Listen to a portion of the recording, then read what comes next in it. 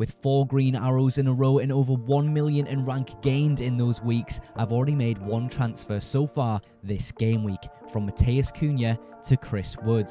Now, with Morgan Rogers suspended this week, I'm going to have to set up my team in a slightly different way. But let's take a look at how I could line up ahead of that game week 20 deadline.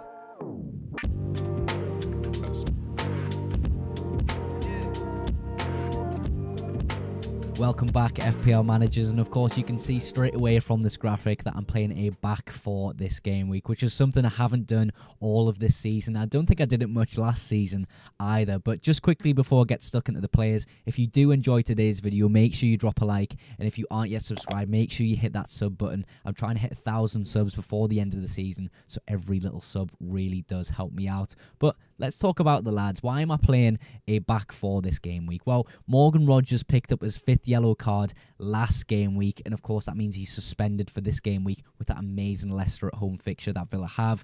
A bit upsetting that I can't play him for this game. I would really love to, but I mean, the fixtures that the lads have on my bench that I've had to sub on really aren't too bad, so I'm pretty happy with playing this formation this game week. I suppose we'll start with the Arsenal boys. Brighton away from home.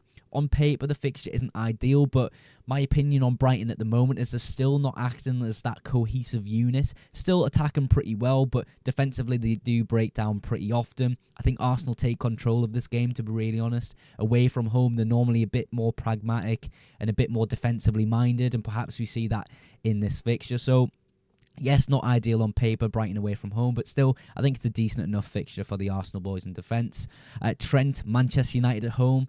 I'm sorry, Manchester United fans, but you are just one of the worst teams in the league at the moment. I would honestly, I'm not going to go that far. I'll not go too into slating Manchester United because I do feel bad with how crappy you've been recently, but it's a great fixture for Trent. I'm really looking forward to playing him in this game week. Do I expect a clean sheet for Trent this week?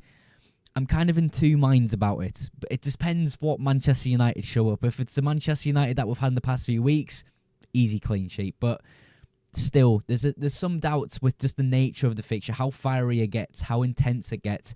Maybe there's a goal in there for Manchester United. And of course, a 15-pointer from Trent last week. It kind of just demonstrates how good of an asset Trent is in FPL with the attacking potential as well as clean sheet potential he has for Liverpool.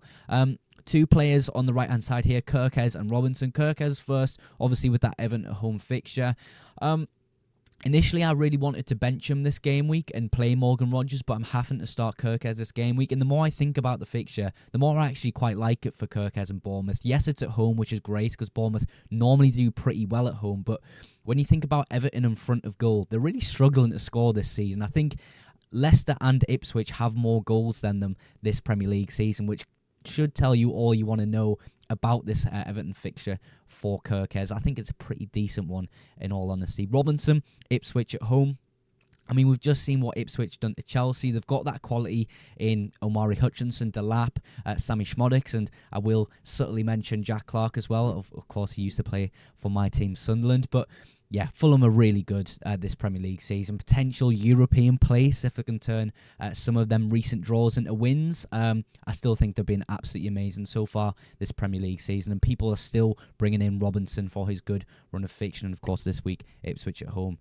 Very, very nice fixture. But yeah, overall with the defence, I'm actually pretty pleased with playing the back four this week. I didn't really expect to be playing the back four, but hey-ho. Now, in the midfield is where my captaincy pick lies, and it has done for the past few weeks. It served me very well with gaining 1 million rank in the world. Mohamed Salah, it's the easiest captain I've ever done in my life. Just stick it on him every week. He does the business. He's absolutely on fire. Liverpool looks so good going forward. And honestly, last game week, I think Salah could have had at least 2 more goals in that fixture. Manchester United at home for Salah. I don't need to say too much more. Manchester United just really aren't very good at the moment. And Buemo sat next to him. Southampton away. I actually quite like this fixture for Brentford. Obviously, away from home, they kind of do struggle here and there. They did pretty okay against Arsenal, especially in the first half. And Buemo, of course, scoring, which I really did not expect whatsoever. I expected him to kind of stay out wide and not really be involved too much. But yeah, it came inside a little bit and sort of, got the goal. So yeah, I'm really looking forward to playing him in this fixture. Southampton aren't a great team. Brentford, normally quite attacking. Wissa could be a great option this week as well, with the Southampton away fixture this week for Brentford. But let's move on to Parma now. Crystal Palace at home. Crystal Palace away from home, sorry. Chelsea at the moment, they just aren't playing too well. I feel as though Maresca will, get Jackson back into the side after last week's benching. Perhaps that improves the side going forward. Jackson does do a lot of work off the ball, which I don't think the average football fan would really take appreciation of. If you do have time and want to watch Chelsea, just take your eyes off the ball for a few minutes. Have a look at what Jackson's doing. He actually does a lot going forward for Chelsea. So perhaps that increases their attacking potential this week. And of course, hopefully increases Parma's attacking potential against Crystal Palace away from home. Of course, we do have a Crystal Palace player sat right next to Parma there in Ismail Assar. For me, the price you have to pay for Ismail Assar and the data he gives you and the fixtures he gives you is actually really good. I really like Ismail Assar as an FPL asset. I'm hoping he gets his first return in my squad this week, potentially. Just knocking off that clean sheet for Chelsea will be really handy in terms of rank gain. A lot of people own Colwill. Well, I say a lot of people. A good few people own Colwill. But yeah, Eze versus Sarr is a conversation to be had. I think the price point is the biggest thing in that debate because at the moment we aren't aware that Eze has taken penalties away from Mateta. I still think Mateta will take penalties for Crystal Palace. But overall, I'm actually really happy with Ismail Assar. I'm just hoping he gets sort of a few returns in the next few game weeks with these good fixtures and good data he offers my side. But yeah, pretty happy with the midfield. And of course, captaincy on Mohamed Salah, just like normal. As I mentioned in the intro to the video, of course, Matheus Cunha has left the side and Chris Wood has joined. It is a popular transfer this game week, and it makes a lot of sense in particular with my FPL team. I'm going to tell you why that is. As you can see, Mbeumo is in the middle of the park. My next best Cunha replacement was actually Johan Wissa. I just don't think it's necessary to have double Brentford attack with the fixtures they've got coming up. Yes, this week it would have been amazing to have that double attack for Brentford, but sort of next week. I mean, next week's fixture with City at home is actually pretty decent as well. But beyond that, I'm not really, wanting double Brentford attack. Also, with Chris Wood, he rotates really nicely with João Pedro, who's on my side as well. Of course, I don't want to play João Pedro this week, and I don't want to play Chris Wood next week against Liverpool at home. So that rotation with João Pedro next week when he has Ipswich away from home, Chris Wood has Liverpool at home, it is quite nice to have in the side. So yeah, I'm really looking forward to owning Chris Wood in FPL. Of course, in 22, he has Southampton at home, which is probably the best fixture you're going to get in the Premier League. So yeah, really looking forward to Chris Wood. We have to respect where Forest are in the Premier League table and respect Chris Wood with how many goals he's scored so far in the Premier League. So yeah, looking forward to owning him in the future weeks. Isak sat right next to him with a pretty decent fixture and Spurs away from home. Spurs are an absolute mess at the moment. Defensively, very weak, kind of a makeshift defence in a way with sort of who they're having to play. A lot of people calling for Postecoglou's head.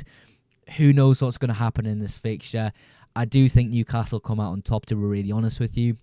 Newcastle look really good going forward and defensively, to be honest. The likes of Lewis Hall, Gordon and Isak are probably the best sort of assets to own from Newcastle at the moment. Of course, 50% of the player base is owning Isak for this game week, I do believe. So, yeah, really looking forward to Isak's fixture this game week. I suppose an overall view of the team for this game week. It is a bit weird seeing that 4-4-2 formation. I normally have 3 at the back and then either a 4 or a 5 in the midfield, depending on fixtures and who's playing who. But yeah, I actually quite like the look of the team this game week. I'm looking forward to game week 20, potentially a fifth green arrow in a row on the horizon.